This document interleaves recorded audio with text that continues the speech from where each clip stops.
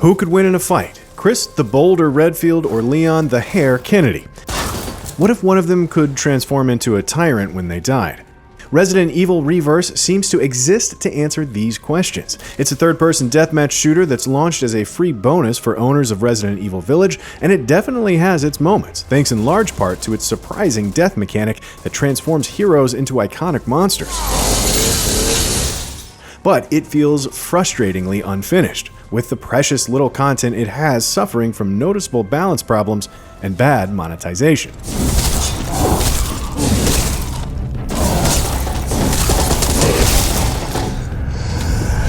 The concept is simple. Choose from one of 6 Resident Evil heroes and enter a 6-player free-for-all. The small roster is a who's who of the series lore. Chris and Claire Redfield, Jill Valentine, Leon S. Kennedy, Ada Wong, and, for some reason, Hunk. We're only rolling with the classics apparently, which is fine for purists, but this meat grinder could definitely use more fresh blood.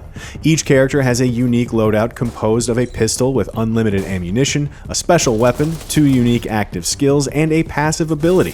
For example, Chris is a close-range killer armed with a hell of a right hook and indomitable spirit, which prevents him from being knocked down, staggered, or even dying while it's active. In contrast, Jill is more of a specialist who can lay down mines, trading survivability for higher damage output. All the characters offer distinct playstyles, and their loadouts line up nicely with their portrayals in their respective games. Once you've chosen your character, you're dumped into one of just 2 available maps, the RCPD or the Baker House. Deathmatch is quite literally the name of the game here, in that it's the only mode Reverse has to offer. The goal is simple: kill as many people as you can before the 5-minute timer expires, and strangely enough, it can be surprisingly fun, at least until Reverse's other issues get in the way. While Reverse is primarily based in the mold of a hero shooter, it does incorporate classic arena shooter ideas. Power weapons spawn on the map after a minute passes, powerful options that do tremendous damage but only give you 1 shot. Ammo for special weapons is also scattered around the map, as are health-restoring green herbs, which are essential for long-term survival if you're not playing as Leon or Claire, who both have built-in ways to heal. These additions reward smart play by adding an element of strategy to how you navigate the map, encouraging you to venture into otherwise dangerous areas to nab a power-up that can change the outcome of a match. In typical Resident Evil fashion, death isn't the end. If you're killed, you'll come back as a fat molded and chase survivors around until you're killed for good, building energy all the while for a self-destruct that can take out everyone around you. However, if you manage to pick up a virus canister item before someone takes you out, it will increase the damage you deal while you're alive and then transform you into a more powerful creature once you shuffle off this mortal coil. With 1 virus canister, you'll become either Resident Evil 7's Jack Baker, complete with chainsaw scissors, or the Hunter Gamma from Resident Evil 3.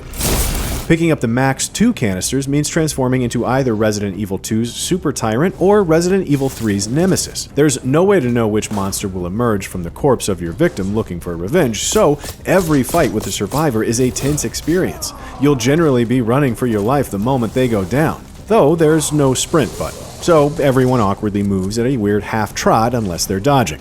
The creatures themselves are very powerful and a blast to play. They can see other characters through walls and come equipped with 2 special abilities of their own. The first is generally meant to close distance, while the second either knocks down or executes a target depending on how much health they have left.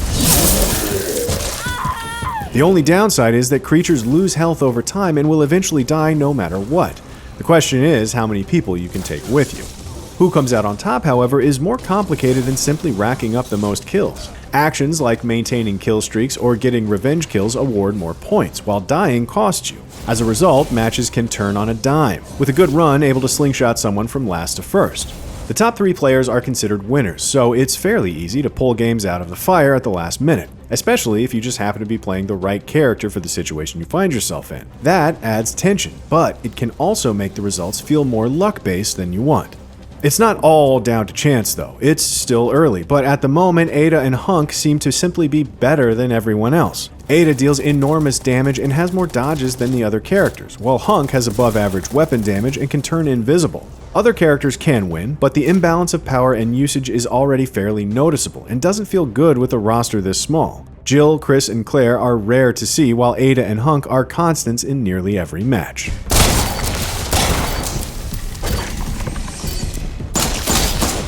Playing earns you points, which can be spent to buy perks for your characters between matches. These can increase the damage or duration of skills, add critical hit damage to weapons, buff a character's passives, and so on. It's standard stuff, but most of them are quick and easy to unlock and allow for a lot of player expression. The big problem is that several of the best perks, like the ones that allow you to see virus canisters, herbs, and ammo from further away, are locked inside a free battle pass with a premium version that costs $9.99. You don't need to pay to get them, but these are substantial gameplay advantages locked behind a system that rewards you for doing so, as you'll earn points quicker. And if you want to customize your character's looks, you'll basically have to open your wallet.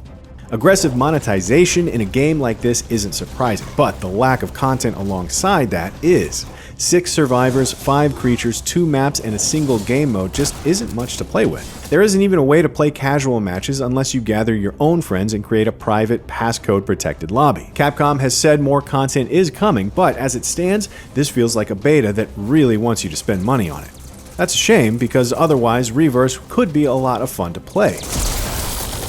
Running around as Jack Baker and welcoming people to the family by punching them in the face, or nailing someone with a Nemesis's rocket launcher are all great moments of Resident Evil flavored action. It's just too bad everything around that feels so rushed and incomplete. There's a good multiplayer game somewhere within Resident Evil Reverse, but what's here currently is in desperate need of balance changes and more content.